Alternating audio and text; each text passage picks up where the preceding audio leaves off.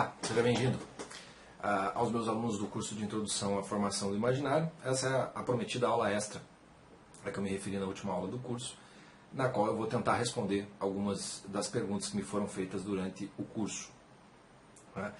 Me refiro aí ao pessoal da primeira turma do curso, que foi feito porque o curso vai voltar a ser disponibilizado para venda nos próximos dias, então virão novos alunos, novas turmas, vamos dizer assim, possivelmente com as suas perguntas, e se for o caso eu dou conta de outras aulas extras de acordo com as perguntas. Essa especificamente tem a ver com as perguntas feitas para a primeira turma do curso. Mas não é uma aula apenas para os alunos.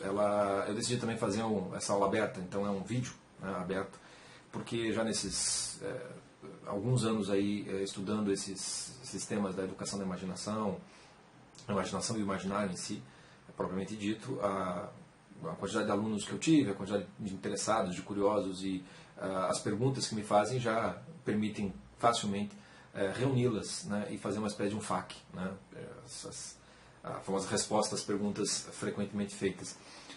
Então eu decidi fazer esse vídeo também com uma tentativa de dar conta dessas perguntas que não são propriamente do curso, mas que tem a ver com ele, tem a ver com o tema. Então eu decidi fazer não só uma aula extra do curso, mas também sendo um vídeo aberto para dar conta de algumas dessas perguntas. Por isso mesmo, eu subdividi a aula, devem aí vir 2 ou 3 vídeos, talvez mais, no qual eu reuni as perguntas em tópicos, em alguns gêneros, e vou tentar em cada vídeo dar conta dessas perguntas. A primeira delas, o primeiro vídeo, a primeira parte dessa aula, então vai ser sobre perguntas a respeito da cosmovisão. Para contextualizar, quem não fez o curso, quem não foi meu aluno, porque quem foi meu aluno já sabe do que eu estou falando quando eu estou usando essa palavra aqui, porque no curso para fins didáticos, eu subdividi o mundo do imaginário em 3 dimensões. A dimensão do imaginário propriamente pessoal, individual, que contém a memória, uma dimensão da cosmovisão propriamente dita e uma dimensão mitológica. E as perguntas então desse primeiro vídeo vão se direcionar primeiro então a essa dimensão da cosmovisão e por tabela também a mitológica, porque estão mais próximas. E os próximos vídeos daí eu vou lidar com o aspecto do imaginário mais pessoal, da memória, etc. e tal. Bom, eu não vou dar aqui o nome de quem perguntou, também não vou ler as perguntas propriamente ditas, vou apenas reuni-las em 2 perguntas que de algum modo já, pelo menos um grupo delas ajuda a dar uma resposta para a outra. A maior parte das perguntas que me chegam a respeito disso, de cosmovisão, é justamente assim, como é que faço para trocar a minha cosmovisão? Como é que eu recupero uma cosmovisão? Como é que eu restauro uma cosmovisão? Como é que eu conheço cosmovisões? Vem embutido então por trás uma pergunta estrutural e estruturante dessas perguntas, é o famoso como faz.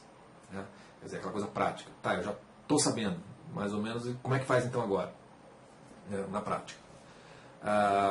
O segundo grupo de perguntas tem a ver com aqueles que já têm uma pista então de como faz. Então aí me perguntam, então eu tenho que ler a Bíblia então para adquirir a cosmovisão judaico-cristã da civilização ocidental?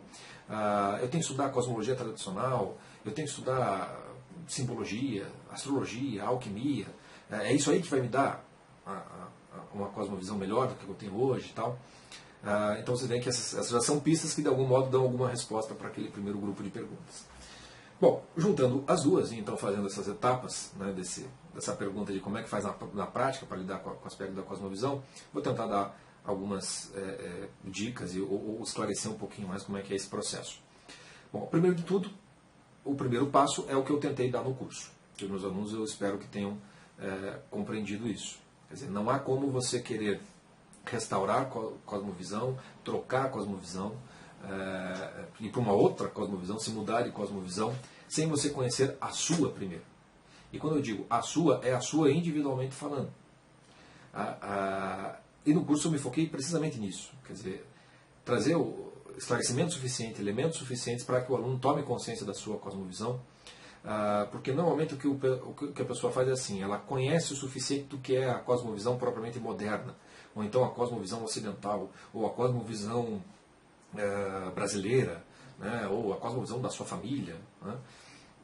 Mas o que interessa é o modo como você montou a visão a partir dessas cosmovisões que estavam dadas na cultura em torno de você. Isso é mais do que fundamental aqui, essa tomada de consciência propriamente individual, pessoal, porque vamos dizer assim, o mais importante aqui é perceber que no fundo, nós não temos uma visão de cosmos propriamente dito.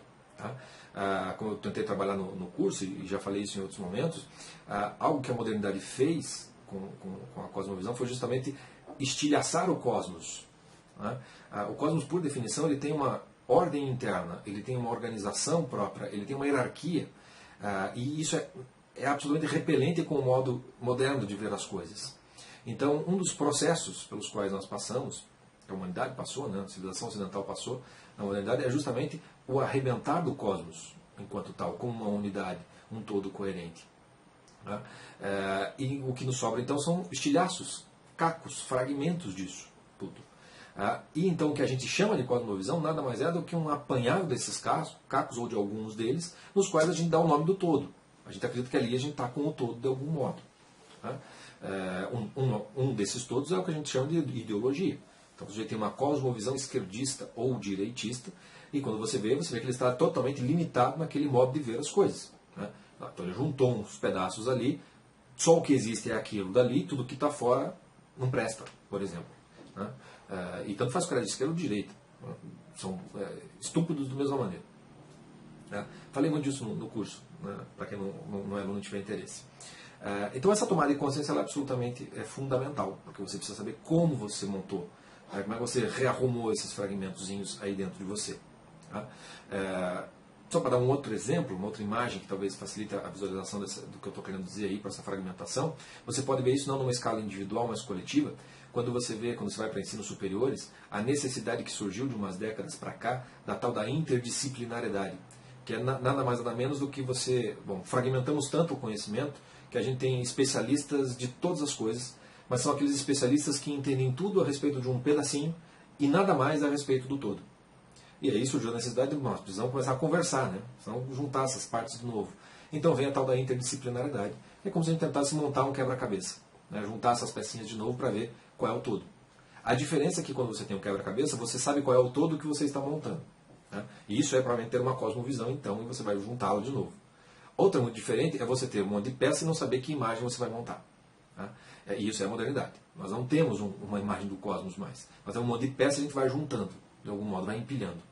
O máximo que a gente consegue fazer, muitas vezes, é só o reino da quantidade de peças, e nada além dela, nada além dessa quantidade. Tá? Só para dar mais um exemplo, então, do quanto esse primeiro passo é fundamental, a tomada de consciência de qual é a sua cosmovisão propriamente dita, como você junta esses pedacinhos, né? Como é que você lida. Dá um exemplozinho, o sujeito que ele é católico, né? Por exemplo, né? Eu mesmo sou católico, então ele é católico, ele segue ali as leis, mas, por exemplo, em alguns aspectos, a igreja está errada aqui nesse ponto. Né? Esse negócio de camisinha aí está furado, não é assim, etc. E tal. Então aqui eu não sigo. O que isso revela? O sujeito não vive por uma cosmovisão propriamente católica. Ele tem a cosmovisão dele, e enquanto a cosmovisão católica se encaixar na dele, ok. Se não concordar muito com qual cosmovisão ele fica, com aquela que ele tem. Deu para pegar o que eu estou querendo dizer? E é por isso que, se você não toma essa consciência, e ela mesma vai te dar de algum modo o caminho pelo qual você vai começar a consertar isso, se você não toma isso e vai direto para então estudar novas cosmovisões ou outras, então eu vou ler a Bíblia, eu vou estudar a cosmologia, etc. e tal, é muito provável que tudo o que você faça é literalmente apenas ir atrás de coisas melhores ou mais certas e nada mais nada menos do que encaixar numa ordem, numa organização, numa estrutura que está torta.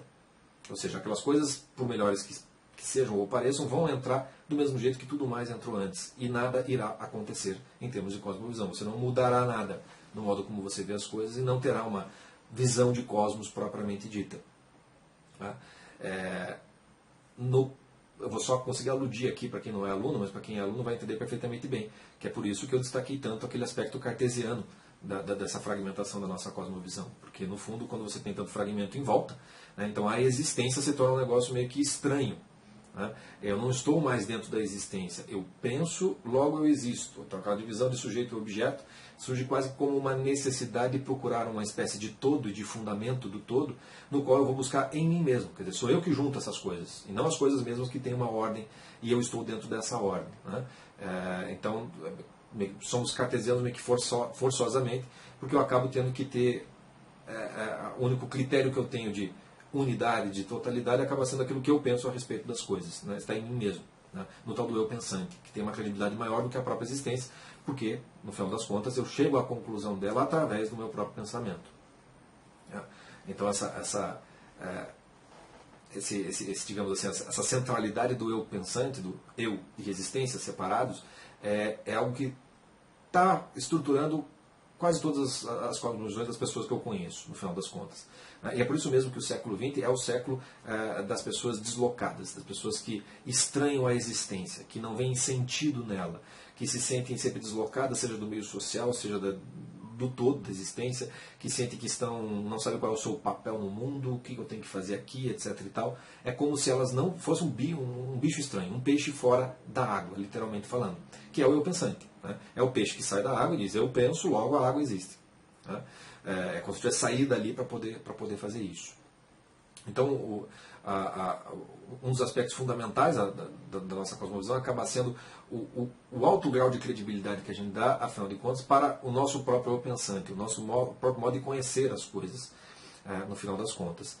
Vocês vejam como isso é consolidado na época escolar, porque tudo aquilo que você aprende na escola são discursos a respeito de coisas, as quais ninguém se preocupa muito em mostrá-las na vida real. Qual é a relação daquilo com a existência como um todo.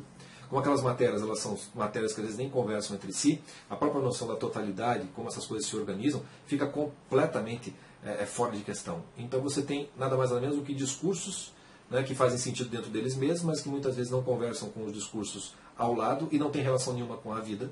Né? E o modo então como nós aprendemos a aprender é bastante cartesiano, ou seja, é um modo no qual eu aprendo no meu pensamento, no mundo do pensamento e do discurso, mas muito pouco no aspecto da existencial. E é por isso mesmo que muitas perguntas surgem. Como é que faz para sair do pensante, que eu já consegui ter a informação, para o aspecto existencial propriamente dito?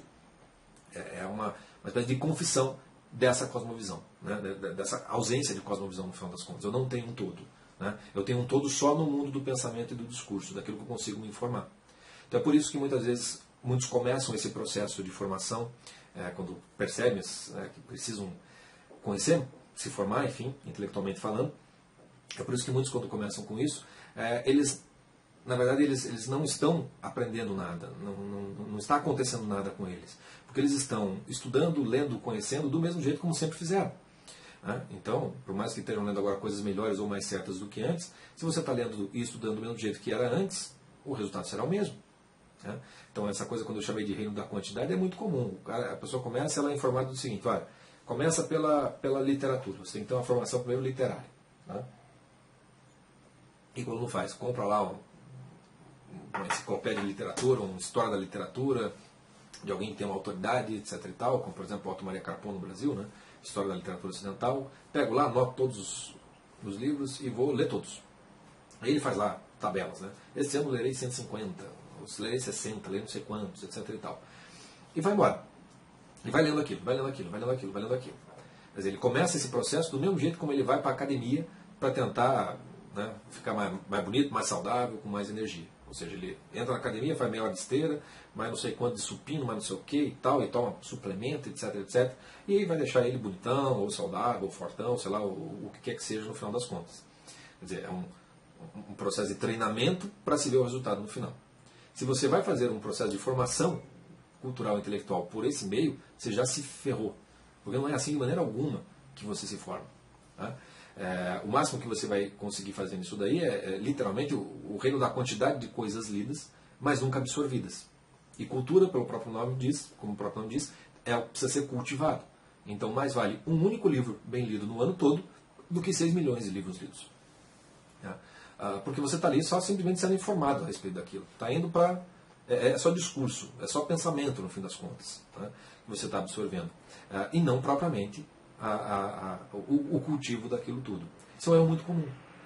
Então a pessoa, não raro a pessoa começa, tenta ler literatura, não entende nada daquilo, acha que não é para ela aquilo dali, e ela rapidinho vai, não, preciso ler filosofia, preciso ler teologia. Né? E não é que ela precisa, é que ela está mais familiarizada com aquele tipo de discurso que é mais descritivo e analítico, as coisas têm uma causa, uma consequência, etc, etc. E não é propriamente o tipo de discurso da literatura, para dar um exemplo. Né? Então ela vai ali, ela ama aquilo tudo. Então é muito fácil você encontrar pessoas muito eruditas, no sentido de terem lido muitas coisas, de conhecerem vários autores, saberem citar, às vezes de cabeça, trocentas coisas, mas quando você conhece elas pessoalmente, são de uma fragilidade de personalidade, de uma desintegração da personalidade na existência brutal. Porque elas são muito boas nesse mundo do pensamento, mas completamente inoperantes, vamos dizer assim, no existencial. Quer dizer, aquilo não se transforma em vida, propriamente dita. Né? Já falei demais a respeito desse aspecto, acho que já é o suficiente para se dar uma noção do quanto, então, essas coisas elas vão ajudar para você ter conhecimento de uma cosmovisão mais antiga, mais tradicional, ou melhor daquele que você tem agora, mas o quanto não é por aí, apenas, vamos dizer assim, que a coisa vai funcionar, que essa troca vai se dar. É o que precisa se dar muito mais no plano existencial do que propriamente no plano do estudo.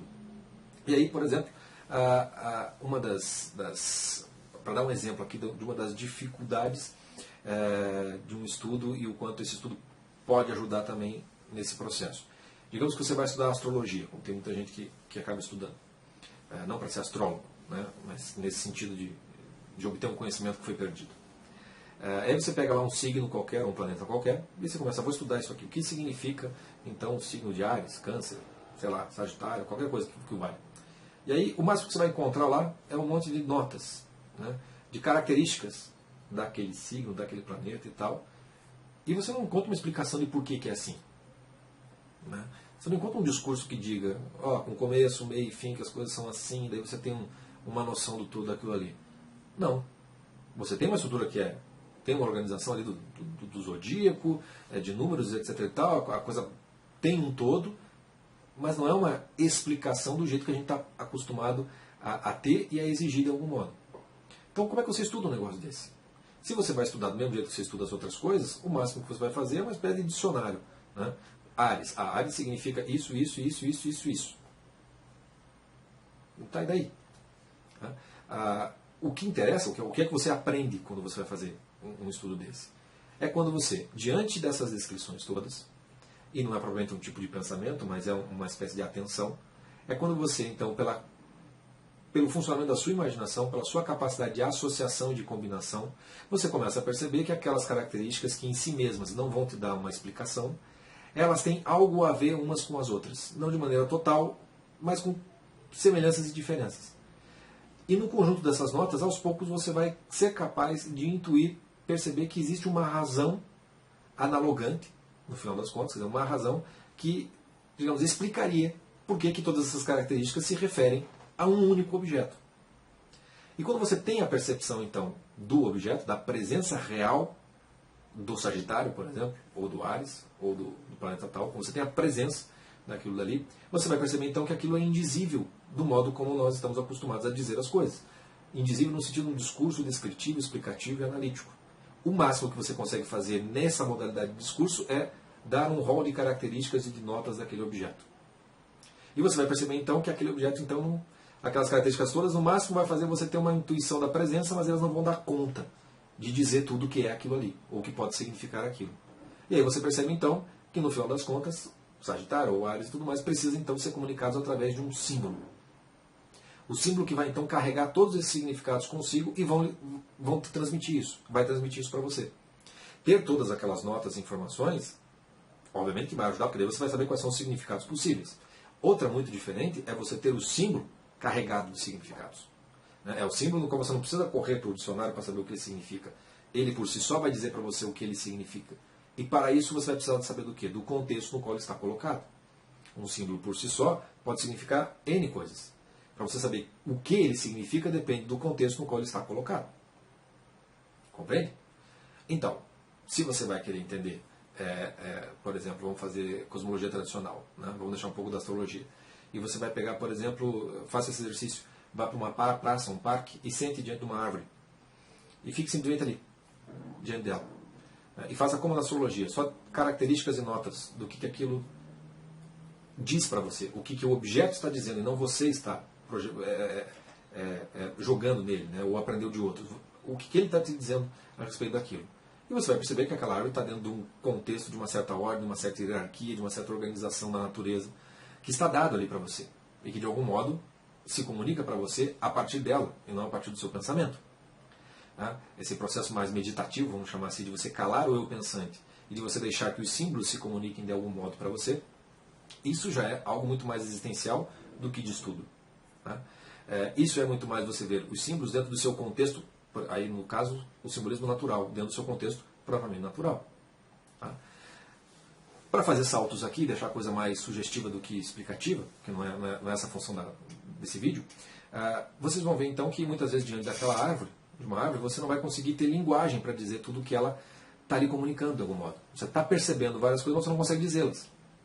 Do mesmo jeito que você pega o símbolo, o signo tal, você não consegue dar uma explicação dele, só algumas características. É o mesmo processo no final das contas. Então, essa mudança existencial, na qual você meio que se cala, e você meio que vira um espectador do símbolo, e você meio que faz parte daquela paisagem, e você deixa que ela se comunique de algum modo com você. Isso é a mudança da cosmovisão de algum modo. Você participando do cosmos, e não o contrário. Não como um observador, como um cientista, a analisar aquilo estando desde fora, mas como um partícipe daquilo. Essa posição existencial que eu estou falando para vocês é a posição existencial absolutamente necessária e exigida para você entender literatura, para você entender poesia, a arte poética como um todo. Existe o termo técnico chamado suspension of disbelief, a suspensão da descrença. Nada mais é do que você calar a boca do que você pensa a respeito do que quer que seja e participar da história como um espectador, entregando-se a ela. Quando você vai no cinema, é precisamente isso que o cinema faz com você. É aquela bruta tela, aquele som alto pra cacete, e você esquece de você mesmo naquelas 2 horas que você está vendo aquele filme. Você entrou naquela história. O cinema é como se fosse à força você vai participar disso daqui, de algum modo. E é essa exigência que a gente muitas vezes não faz. Porque às vezes para você poder entrar numa história verdadeira vai exigir um tempo muito maior do que o tempo da leitura. Não, hoje eu vou ler 10 páginas, hoje eu vou ler 15 páginas. Não, estou demorando mais esse livro porque eu tenho mais 60 para ler na minha listinha. Dane-se tudo isso. Eu estou diante da história, eu quero ficar com a história. Eu quero conviver com ela. Eu quero que ela fale comigo. E esse aprendizado, então, no final das contas, ele é dado pela própria experiência de você no mundo como um todo. Eu falei da natureza, mas pode ser da própria ação humana. Quer dizer, você para prestar atenção no modo como nós fazemos as nossas ruas, as nossas quadras, as nossas casas. Você vai ver que existe também um princípio de ordem, de hierarquia que se impõe a você, de alguma maneira. E você vai ter a própria produção humana, então, da arte propriamente dita. Quer dizer, quando você pega uma pintura de uma árvore, o que o pintor fez? Ele literalmente destacou significados maiores através da luz, da sombra, da perspectiva, que às vezes você não prestaria atenção. E ele então facilita para você esse serviço dessa meditação. A mesma coisa, a narrativa de uma obra literária. Uma série de detalhes que no dia a dia atrapalham a percepção do que significa a nossa própria existência, são ali jogados para fora e deixados de uma maneira transparente, para que você então participe daquela vida com significado e a presença real do que está sendo comunicado se faça revelar para você do mesmo jeito como você pegou a presença real do signo tal, com aquelas características todas. Você vê que você não consegue dizer aquilo, mas aquilo está diante de você. Mesma coisa uma obra literária. Quando você tem algo que está diante de você e que para você dizer o que seja, você precisa contar aquela história de novo, de algum modo. Aí você chegou em alguma coisa. A esse respeito, até eu recomendo a leitura do livro do George Steiner, não sei bem o sobrenome dele, é George Steiner, com S no começo, que tem vários livros traduzidos. Esse propriamente chama-se Presenças Reais. Eu não sei se tem tradução no português do Brasil, mas tem uma tradução portuguesa de Portugal, e tem e-book, que eu comprei, foi no e-book da Amazon. É uma leitura muito exigente para quem é novato, eu me dirijo muito mais a novatos do que quem já está caminhando, mas é de se anotar, porque ele vai falar justamente disso. Quer dizer, o que está presente realmente quando você lê um livro de literatura, por exemplo, quando você escuta uma música, quando você vê uma tela, uma pintura propriamente dita. Então é assim que você vai, no final das contas, mudar a sua cosmovisão, você vai se reinstalar nessa cosmovisão, e não provavelmente pelo estudo da cosmovisão, não pelo estudo da cosmologia, tudo isso vai ajudar, obviamente falando, porque vai ajudando você a se colocar diante das coisas, mas não é o estudo delas que vai fazer o milagre por si só. Né? Até por isso mesmo, nesse aspecto que uma das possibilidades do curso, para quem fez o curso de introdução, que vai estar disponível aqui também no Instituto nos próximos dias, é o meu primeiro curso que eu dei, o Educação da Imaginação, um curso mais extenso, de 30 e poucas aulas, mas nas primeiras 8 eu lido justamente com esse problema, com essa dificuldade de nós darmos credibilidade e autoridade para o discurso poético, para que ele comunique verdades verdadeiramente falando, e eu permita que ele comunique essas verdades para mim. Eu lido com isso nesse curso. Então, para quem também perguntou sobre continuidades do curso, as primeiras 8 aulas dão conta disso. Ok? Bom, eu vou voltar a falar um pouquinho disso talvez nos outros vídeos, mas eu acredito que para dar conta desse conjunto de perguntas, eu acho que já é mais ou menos o suficiente. Espero que eu tenha dado pelo menos um aperitivo do curso para quem não fez, mas o suficiente para ter entendido, né, o caminho que eu sigo no meu trabalho. E para quem fez o curso e me fez as perguntas da Cosmovisão, espero que tenha ficado um pouco mais claro também o que eu tinha para dizer. Ok? Então, já volto para responder outras perguntas. No primeiro vídeo dessa série eu tratei de perguntas relativas à cosmovisão, e nesse segundo vídeo eu vou tratar de perguntas relativas ao discurso poético, vamos chamar assim. As dificuldades para você ler e compreender literatura, tanto em prosa quanto em poesia. Também tem muito a ver com a capacidade de apreciar e compreender artes plásticas, música, dentre outras formas de arte. Né? Então, quando eu uso aqui coisa do discurso poético, de algum modo eu estou me referindo à arte em geral.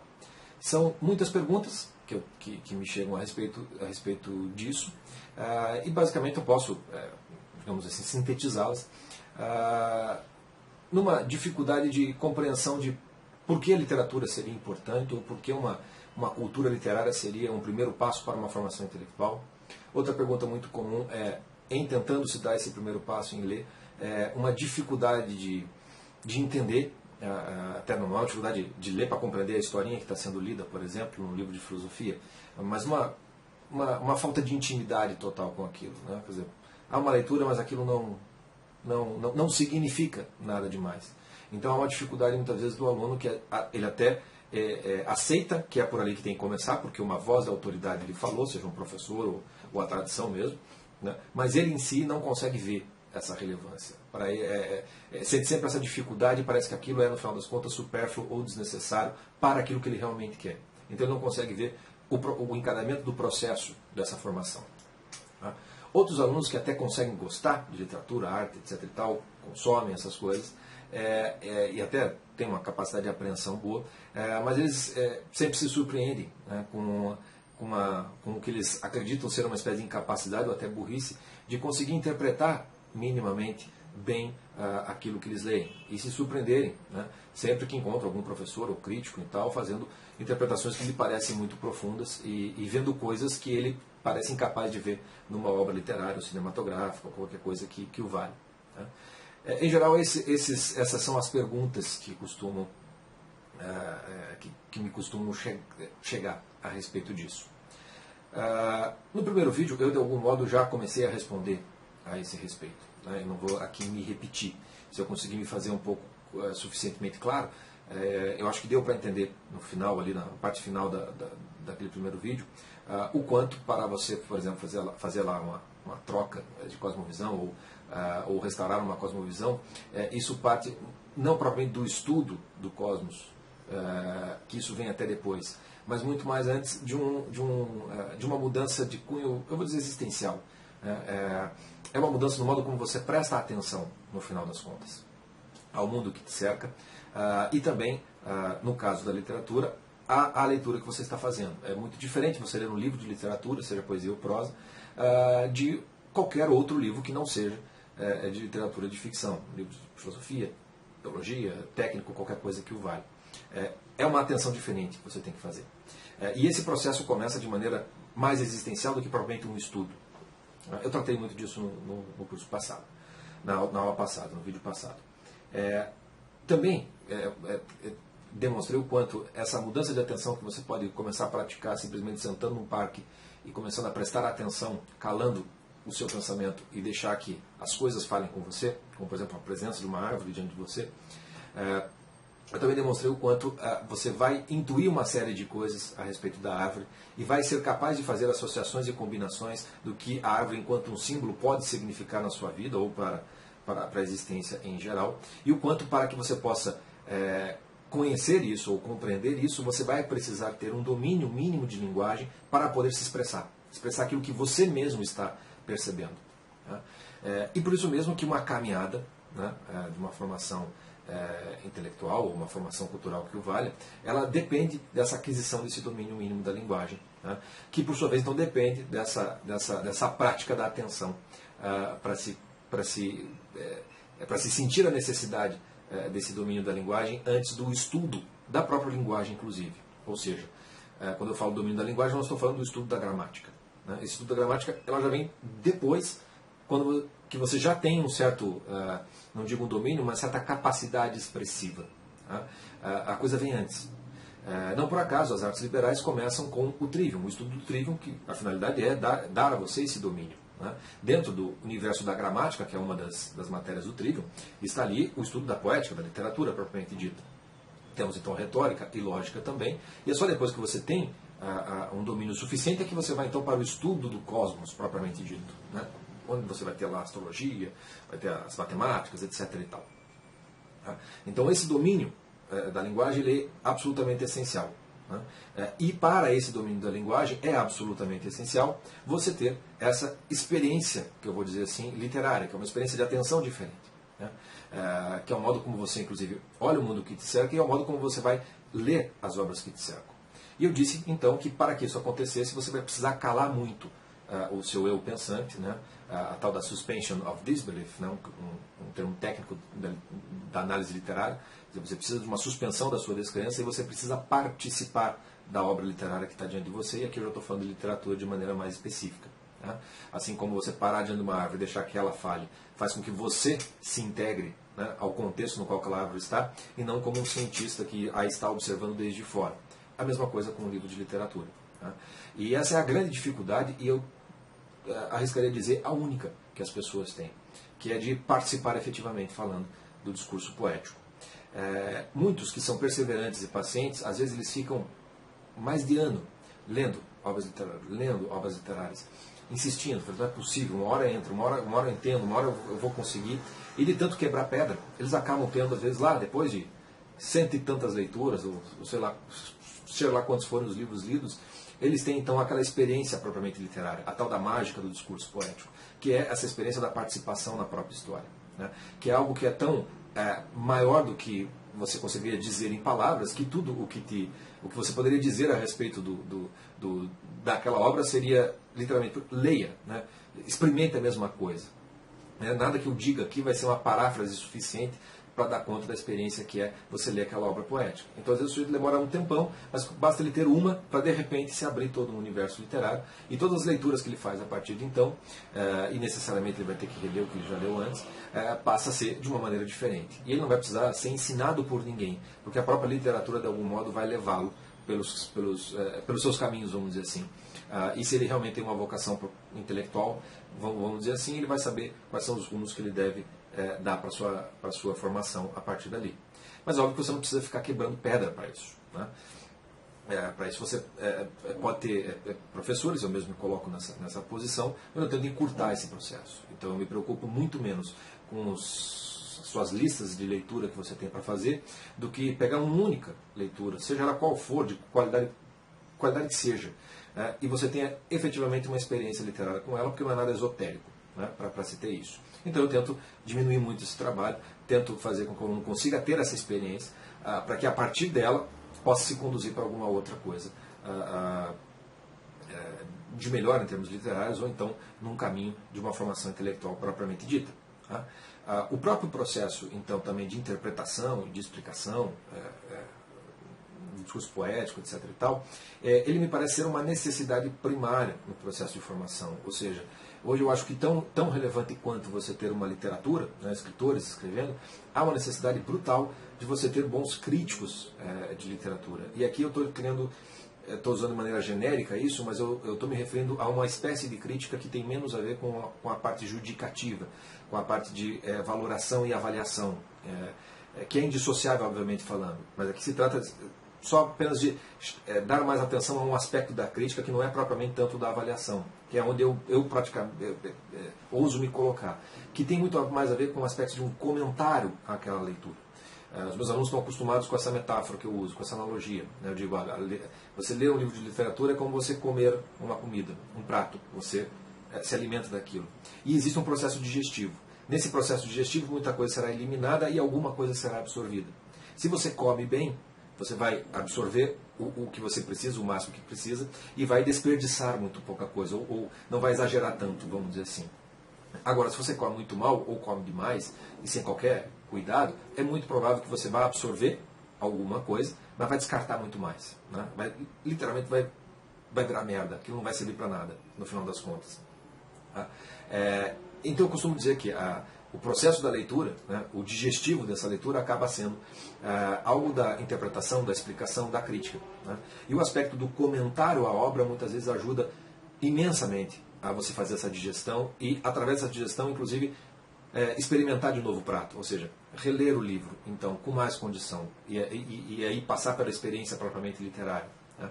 Eu tenho a minha experiência pessoal com isso, por exemplo, se dá com um ensaio magnífico do filósofo, do professor Olavo de Carvalho, sobre o filme O Silêncio dos Inocentes, que talvez muitos conheçam, acho que foi publicado no seu livro A Dialética Simbólica. E ele faz um ensaio simbólico, né, sobre os símbolos do Silêncio dos Inocentes, magistral. E eu me lembro muito mais do filme, muito mais por conta do ensaio do que pelo filme em si, o qual eu tinha gostado, mas nem de longe tinha visto tudo aquilo. Né? Então, ter aquele comentário faz com que o filme seja muito maior, que eu compreenda muito melhor e que eu tenha, então, enfim, material para poder trabalhar. Né? Para poder assistir aquele filme, perceber melhor, digamos assim, até imitar em alguma medida, para tentar fazer o mesmo em outras obras, tentar enxergar mais do que eu costumava enxergar. Então essa necessidade de comentários acaba sendo meio que inevitável nesse processo. Então eu também sempre sugiro, se você tem muita dificuldade, procure desde livros, manuais práticos de leitura que abundam hoje em dia, não à toa. Então para ler como escritor, como ler como romancista, né? Como ler livros, etc, etc, etc. Vai ter N obras, todas podem lhe ajudar em alguma medida. É uma questão de você encontrar aquela que você tem mais afinidade. E aquilo vai te ajudar a fazer a leitura. E também é fundamental você encontrar críticos ou comentaristas, vamos dizer assim, que podem lhe ajudar a digerir melhor aquilo que você lê. E aqui eu não estou dizendo comentaristas por serem muito críticos, no sentido de livros, professores. Pode ser um vídeo no YouTube que você viu um comentário de um fulano que leu e já leu melhor que você. Ali já tem alguma coisa que possa lhe ajudar em alguma medida. Mas isso é importante que você tenha, né? Que você acabe, não para você papagaiar, né? Macaquear o que o comentarista está falando a respeito daquilo ali, mas para que você possa, através daquele comentário, ver isso na própria obra que você leu, assistiu ou experimentou. Tá? Então, as dificuldades que você tem para ler literatura, para ler poesia, elas são reais e muitas vezes você não consegue resolver sozinho. Aí você realmente vai precisar de alguém que lhe ajude com isso. E tem a ver muito mais com um aspecto mais prático do que provavelmente teórico. Né? Não é nenhuma burrice nem nada. Né? É só um auxílio mesmo que você precisa para se colocar diante da obra da maneira como ela realmente exige. Quer dizer, o discurso poético ele se dirige à sua intuição, não ao seu pensamento. Então você ser capaz de compreender a trama, estar informado como se fosse uma notícia de jornal, não é ler literatura de maneira alguma. Uma das consequências disso, inclusive, é o fetiche que as pessoas têm por spoilers. As pessoas têm, não posso ver, não diga que eu quero saber, não quero saber do fim do livro, do filme, porque vai estragar. Né? Mas não vai estragar. Né? São poucos os filmes, os livros, em que, de fato, você saber o final pode realmente estragar. Porque o aspecto da trama é tão essencial que acaba sendo quase que o todo. Mas o grosso dos filmes, dos livros, você saber ou não o final, não vai fazer diferença para experimentar aquela obra. Né? E eu costumo sempre perguntar, se você escuta uma música da qual você gosta, é concebível que você não queira mais escutar, porque você já sabe do que se trata? Não faz o menor sentido. Né? Então, uma história também é a mesma coisa. Se aquela história é boa, você já sabe o final, nem por isso você não vai querer relê-la em algum momento ou assistir o filme novamente. Né? Ou então eu sempre costumo brincar com o pessoal da minha geração, que em termos de música lá gostava de Legião Urbana, bandas assim, e tem a famosa música Faroeste Caboclo, do Legião Urbana, que foi feito um filme. né? E as pessoas falam, tem que ver o filme, tem que ver o filme, e normalmente pessoas que têm essa tara por spoilers, né? E eu sempre pergunto, mas por que você vai ver se já foi estragado, né? Você sabe como é que termina, né, o filme. Você sabe que o tal do João do Santo Cristo, que era só de por dentro, vai acabar morrendo no final. E ele diz, não, mas eu vou assistir de qualquer maneira. Quer dizer, porque ali, né, esse aspecto só da trama não é o mais importante, né? É outra coisa que interessa. Então também essa coisa do spoiler, ela serve como um sintoma desse mesmo diagnóstico que eu estou fazendo aqui com vocês. Então essa necessidade de você mudar o modo como você presta atenção, o modo como você lê literatura e como você precisa passar por uma experiência que ela é de fato fundante desse processo literário, esse é um dos objetivos a serem alcançados quando você começa um processo de autoeducação ou de formação do que quer que seja, e é onde a minha atuação, onde eu entro, né, com essa coisa da educação da imaginação e do imaginário, até porque se a obra literária ela é voltada para a sua intuição, quer dizer, você perceber o do que aquela história está falando no final das contas, ela se destina no final das contas para a sua imaginação, para a sua capacidade de, ao imaginar aquela obra, ou de acompanhar a obra já imaginada, como no cinema, você conseguir ter a intuição daquela presença. E a educação da imaginação se dirige justamente de você conseguir conduzi-la de maneira a acompanhar aquilo que o autor da história está querendo que você compreenda. Eu sempre dou vários exemplos práticos em palestras que dou, em aulas, onde eu pego pequenos trechos, muitas vezes descritivos, seja de uma casa, seja de uma árvore, seja de uma igreja, e vou lendo junto com o aluno, né, e eu sempre começo. Qual foi a imagem da igreja, por exemplo, que começou na sua leitura e qual é a igreja que terminou? Se você terminou com a mesma imagem de igreja que você já tinha na sua memória, você não leu aquele trecho de maneira alguma, porque você tem que terminar aquela leitura tendo imaginado a igreja que foi descrita efetivamente pelo autor, né? E esse tipo de treino, na verdade, é um treino de atenção. Então, muitas vezes você está lendo o livro, então você tem lá 2 parágrafos descrevendo uma parede, um quarto. Você já sabe que é um quarto, então para que eu vou prestar atenção nesses detalhes? Deixa eu pular o aspecto da trama. E na hora que você faz isso, você saiu da história, né? Você não entrou nela. Você não está olhando para aqueles detalhes como se estivesse no quarto, porque é isso que o autor quer que você faça. Tá? Então, muitas das dificuldades com o discurso poético têm muito mais a ver com dificuldades de atenção, não no sentido médico da coisa, mas é simplesmente uma espécie de treino da atenção. Tá? Tratei disso em alguma medida no curso de introdução, e onde eu trabalho isso com mais vagar é no curso de Educação da Imaginação, nas primeiras 8 aulas, onde eu me dedico inteiramente a levar o aluno do discurso do pensamento, descritivo, analítico, para se aproximar mais do discurso poético e compreender, afinal de contas, o que é a experiência poética, ou compreender pelo menos como ela deve ser, se dar na sua própria vida. E esse curso também vai ficar disponível aí no Instituto Isidoro de Sevilha para quem quiser dar sequência ao de introdução, ou então até começar por ali. Então espero que eu tenha dado conta aí das perguntas que os alunos me fizeram sobre essas dificuldades, e junto com o primeiro vídeo eu acho que dá para ser suficiente como resposta nesse momento. Ok? Eu ainda volto para responder outras perguntas. Eu vou lidar aqui especificamente com uma das dimensões do imaginário, que é as imagens da nossa memória, que foi dentro do curso a parte que mais suscitou perguntas, indagações e aflições dos alunos, de algum modo, porque basicamente o que eu fiz no curso, só para contextualizar para quem não é aluno, foi, digamos assim, apenas despertar a atenção do aluno e, de certo modo, então, permitir uma tomada de consciência de que o que você tem na sua memória não deixa de ser imagens, tanto quanto aquelas que estão no seu imaginário. E, por essa razão, aquelas imagens que a gente costuma olhar para o nosso imaginário como vindo desde fora e como, por exemplo, as imagens de um livro de literatura que você leu ou de um filme que você assistiu e que, portanto, são imagens ficcionais, ou seja, aquilo não existiu, aquilo é uma possibilidade e que é guardado no seu imaginário como uma imagem, você verá então que as imagens da sua história de vida, do que está na sua memória, também são imagens tanto quanto aquelas. Contudo, você dá uma credibilidade muito maior para essas do que para aquela da literatura, do cinema e da arte em geral, pelo critério então do que seria existente, né, daquilo que existiu de fato, daquilo que você realmente viveu. Então, ao chamar a atenção para esse fato de que se trata de uma imagem, num segundo momento eu mostrei o quanto essa imagem, você também pode, ela não está simplesmente porque aquilo está guardado na sua memória, já traz carregado consigo a prova da sua veracidade, ou da sua correspondência com o fato que aconteceu. É comum nós nos enganarmos com o modo como nós guardamos as coisas na memória, o modo como nós os recordamos. Também é comum nós mentirmos para nós mesmos, ainda que nem percebamos muitas vezes, porque tem coisas que a gente não quer ver de perto, de alguma maneira. Ou seja, essas imagens elas podem ser tão ou mais ficcionais na memória, quanto aquelas da literatura, e do cinema e da arte em geral. O aspecto da credibilidade da arte é um outro problema que a gente trabalhou no curso, eu falei alguma coisa no vídeo anterior. Dessa aula, o que interessa são as imagens dessa memória.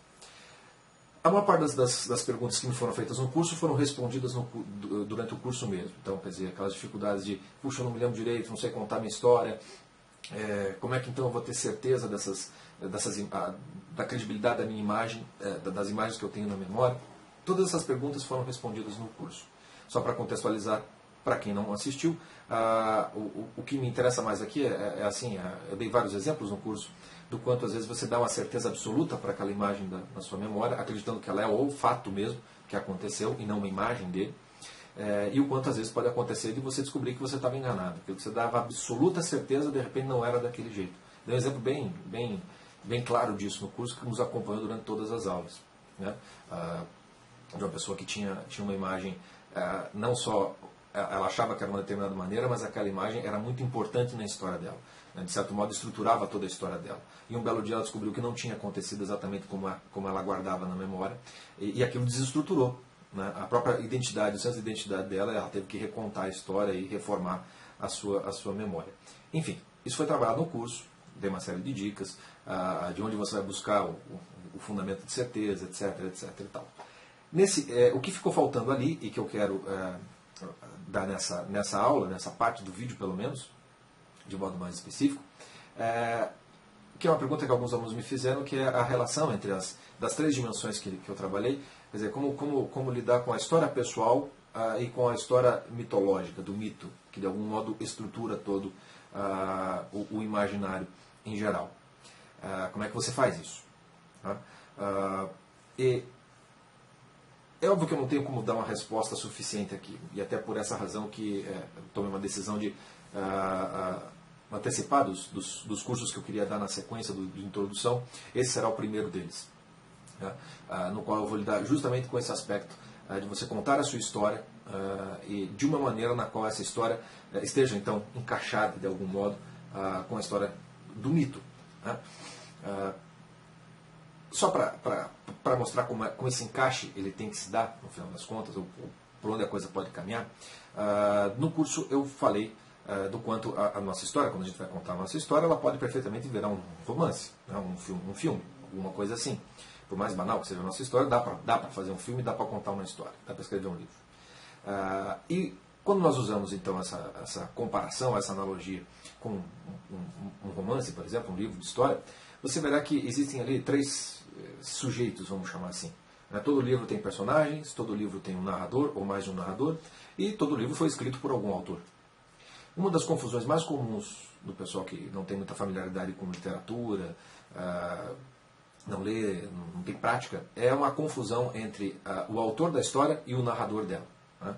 Não raro quando o narrador se dá em terceira pessoa, de modo onisciente, como se ele não estivesse na história, né?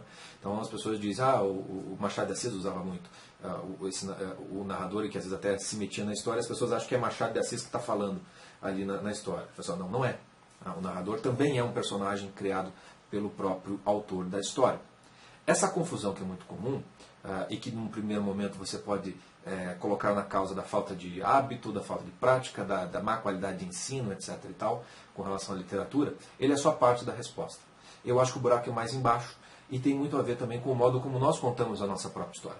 A confusão entre autor e narrador na nossa história também acontece com muita frequência, causando uma espécie de absolutização do narrador, como se ele fosse o autor da sua história, o autor do seu próprio destino. É fácil de arrebentar com isso, começando pelo começo da sua própria história. Se você pegar os primeiros anos da sua vida, você vai lembrar que você provavelmente não vai ter memória suficiente para contar uma história com uma certa cronologia. Você vai depender muito do que os outros te contam a respeito do que aconteceu na sua infância. Tem até uma curiosidade que aprendi há pouco tempo atrás, na Turquia, no turco, no dialeto turco, eles têm um tempo verbal para se referir a isso. Quer dizer, as histórias que alguém me contou a meu próprio respeito e que eu tenho que tomar como sendo minhas. Então o começo da sua história já é uma história que alguém te conta, né, muitas vezes. Mas mais do que isso, né, se você fosse o autor da sua história, você teria total condição de definir quando, onde nascer, em que família, com que língua, com que condição social, cultural, religiosa, etc. E tal. E nada disso a gente escolhe. Né? Isso já nos vem dado no pacote. Né? E se você vai contar a sua história, quer dizer, não faz nenhum sentido você se achar um autor da história na qual você não teve nenhuma liberdade de escolher o cenário e o tempo em que essa história vai se passar. Então, obviamente, você é forçado a reconhecer de que, bom, se eu não sou autor de tudo isso, ou tem outro autor, ou é um puro acaso. Né? E o acaso, nesse caso, se torna o autor da história também. Então, no máximo, você é um coautor, tá? nesse processo. A absolutização do narrador faz com que você tenda digamos assim, não digo a valorizar, mas a tentar olhar a sua história como se fosse um todo coerente, no qual tem ali um começo, um meio e fim, e você tem que compreender o significado dela, o que é que essa história significa, quem eu sou, para onde eu vou, etc. e tal. Esse começo a que eu me referi já é suficiente para você perceber que, se você quiser saber tudo sobre a sua história, se você quiser saber realmente quem você é, você vai precisar saber um pouco de uma história que não é sua.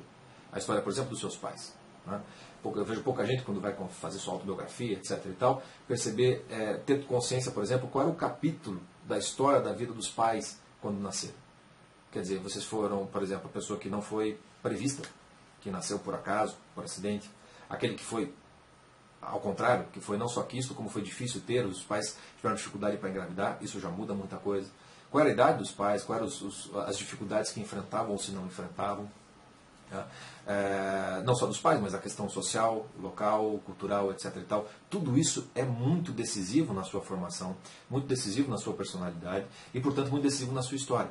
A tendência de você absolutizar, vamos chamar assim, o narrador e o modo as coisas que acontecem com você, tende a torná-lo quase que como um protagonista, né, da sua própria história, e às vezes nós não somos protagonistas de maneira alguma. Durante boa parte da nossa vida, ao contrário, nós somos ali personagens de alguma outra história que às vezes a gente não tem a menor noção do que está acontecendo. E dessa história dentro de histórias, vamos chamar assim, é que aos poucos você vai percebendo que, de algum modo, ou idealmente falando, você entrou num capítulo da história humana em geral. Né? E não é difícil, então, você, por esses saltos, vamos chamar assim, conseguir se encaixar de alguma maneira dentro de um contexto mitológico, no qual a história que se conta no mito é de um princípio de tudo e, de algum modo, do fim de tudo. No caso da civilização ocidental, a gente pode colocar num único conjunto de livros, que é o que é a Bíblia, propriamente dito, onde você tem o Gênesis e o Apocalipse, o começo e o fim. Tá? De uma história que está sendo contada, que continua sendo contada e na qual eu me encaixo. Então, se eu sou um cristão, a minha história de vida, de maneira alguma, é desvinculada dessa história maior e mais ampla. O quanto eu conhecer dessa história vai fazer com que eu consiga contar melhor a minha própria história. Quanto mais eu conhecer dessa história, menos eu vou me transformar num autor dela. Né? Em alguns momentos eu serei coautor, mas a maior parte das vezes nem isso. Tá? Então existe uma série de problemas de toda aquela fragmentação dos mitos, dos valores a que eu me referi no curso, que levam a digamos assim, a um encapsulamento da nossa história, desconectada muitas vezes da história dos pais, da família, do país, etc, etc, e que faz com que a nossa história se torne uma espécie de mistério para nós mesmos. Né? E por um efeito até colateral, faz com que você acabe precisando ter que dar uma credibilidade absolutamente fundamental e a verdade das verdades para aquilo que te aconteceu. Né? Então, muitas vezes, muitos dos alunos que eu percebi que tinham dificuldades ali, que se sentiam muito inseguros com relação às imagens da sua memória, decorre muito do fato de que, no fundo, você só tem isso. Você só tem as imagens do que te aconteceu e mais nada. Né? E tirando aquilo é como se você perdesse completamente o seu senso de orientação. Quer dizer, você não sabe mais quem é, onde está e como se orientar nisso tudo. Né? Eu acredito que tudo isso eu tratei muito no curso. Né? O que me interessa aqui desse processo de contar a própria história, não no sentido de você se colocar como um dono do seu destino, porque você não é dono do seu destino.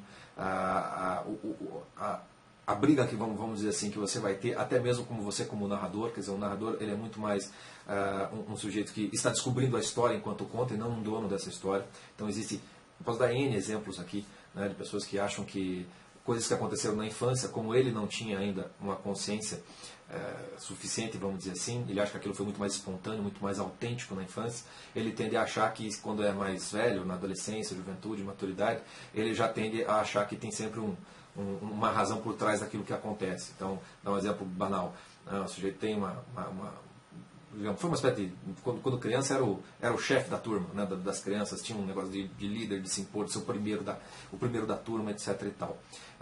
E, digamos, na adolescência ele continua sendo a mesma coisa, mas daí porque ele quer. Né, ele quer ser o capitão do time da escola, quer ser o band leader, quer ser o presidente do Grêmio Estudantil, qualquer coisa que o valha. Ele tem que estar no primeiro lugar, ele tem que ser meio chefe, tem que ser meio que o líder daquilo. Então eu já vi várias vezes, né? Eu tive vários alunos e vejo sempre a mesma coisa. A tendência é achar que quando criança aquilo revela para ele uma autenticidade a respeito do seu próprio ser, daquilo que ele deve ser. Quando é adolescência e tudo mais, ele já tende a ver que não, já é vaidade, já tem alguma outra coisa ali por trás. E eu sempre pergunto a mesma coisa. Eu falo assim, mas por que você acha que quando criança você não pode ser tão, entre aspas, babaca quanto na adolescência ou na juventude? Por que você está achando que criança é tão inocente assim? Nem sempre. Quer dizer, a parte de vaidade, a parte entortada já está lidado também desde o começo. Tá? E normalmente quando eu faço essas perguntas e de algum modo eu desestabilizo o narrador da história, é onde o aluno se sente muito perdido. Né? Porque ele não tem outro fundamento que não em si mesmo. Ele não tem outro fundamento a se agarrar, senão o seu próprio modo de contar a sua história a si mesmo. Né? Quem assistiu, quem fez o curso vai saber que no final das contas o porquê que isso acaba dando no tal do cartesianismo, né? Do penso logo existo. Quer dizer, mais do que o que significa o penso logo existo, tem a credibilidade, a autoridade vai estar dada no eu que pensa e não em qualquer outra coisa. Isso acaba acontecendo no modo como nós contamos a nossa própria história. Tá? Então, essa é um princípio de resposta para os alunos que fizeram isso. Quer dizer, como que a minha história pessoal se liga com aquela história do mito que parece tão distante. Né? Na verdade, não é. Né? A sua história está encaixada ali dentro, com um capítulozinho dela, às vezes absolutamente irrelevante para a história do mito como um todo, e a sua história só ganha alguma relevância à luz do mito e não o contrário. Por conta disso, aqui, como eu já adiantei, eu decidi fazer o primeiro curso depois desse introdutório, vai ser justamente sobre contar a sua história à luz do mito, vamos chamar assim. Mais propriamente o mito cristão. Nos próximos dias eu dou mais detalhes, como vai ser, como não vai ser, porque eu estou ainda elaborando a coisa. Tá? Se dessas perguntas que eu respondi, eu tentei responder, surgirem outras, é óbvio que fiquem inteiramente à vontade para me fazer perguntas pelos canais aí, de praxe dos alunos. Tem o próprio site do Instituto Isidoro de Sevilha, tem o e-mail que eu passei, os demais me encontram onde sempre me encontraram, pelas redes sociais da vida por aí, e no meu site também, franciscoescorcim.com, onde tem também os meios de contato. Espero que tenha sido de alguma ajuda essas aulas. Agradeço aos meus alunos que me acompanharam até aqui, principalmente pelas perguntas e pelo feedback que me deram, os comentários que fizeram, todos muito, muito preciosos para o meu trabalho. Muito obrigado, fiquem com Deus. Até a próxima.